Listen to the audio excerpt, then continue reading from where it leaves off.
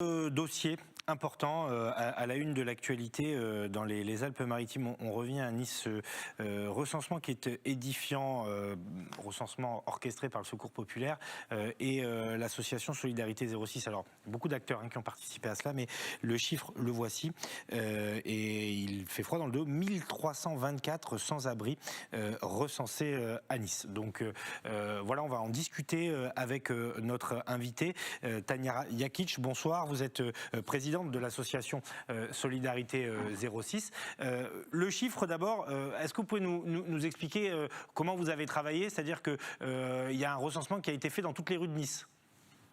Oui, bonsoir. En fait, on s'est regroupé, c'était à l'initiative de Solidarité 06 et de Secours populaire, mais on était 16 associations qui ont fait cette action.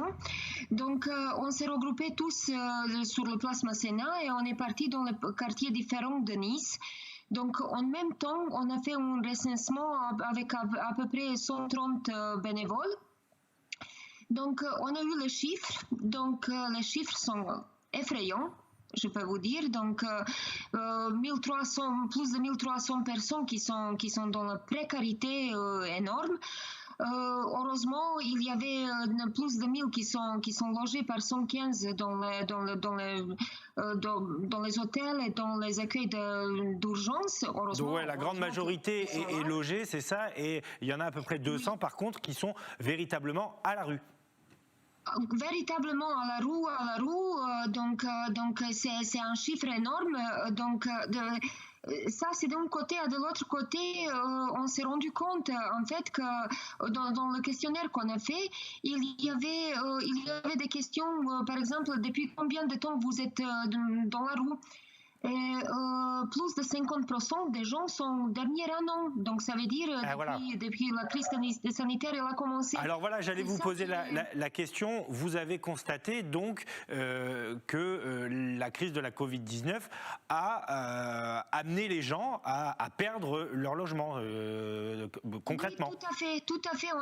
On s'est rendu compte qu'il y avait 50% de ces gens-là, de 200, plus de 200, donc qui sont à la rue il y a derniers 3 mois, ou derniers 6 mois, ou dernier un an.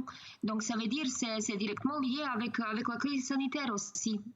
Qu'est-ce que vous préconisez de la part des pouvoirs publics? Est-ce que, par exemple, il faudrait un grand plan de l'État, des collectivités? Il y a déjà pas mal de choses qui sont faites. À Nice, il y a des centres, des structures, mais est-ce qu'il faut aller encore plus loin, du coup? Oui, tout à fait. En fait, il faut qu'on se mobilise tous. Parce que je ne sais pas si les structures, bien sûr, les professionnels, ils se rendent compte de situation qui est alarmante, en fait.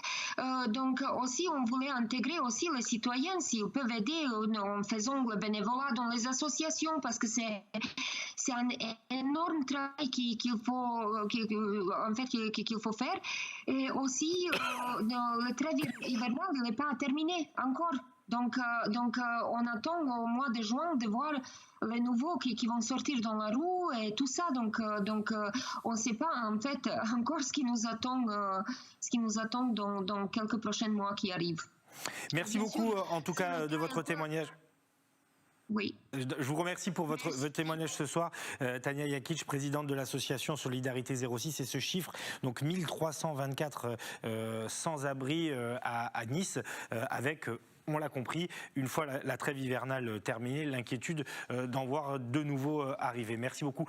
Juste une réaction là-dessus, Eric. Bon, on ne découvre pas le phénomène ni l'impact de la crise. Voilà, c'est ça. On a souvent dit que la crise sanitaire déboucherait sur une crise sociale. Les plus fragiles, évidemment, sont les plus touchés rapidement. Mais j'avoue que je découvre avec effroi ce chiffre. Je ne pensais pas que c'était à cette dimension-là. Pour terminer,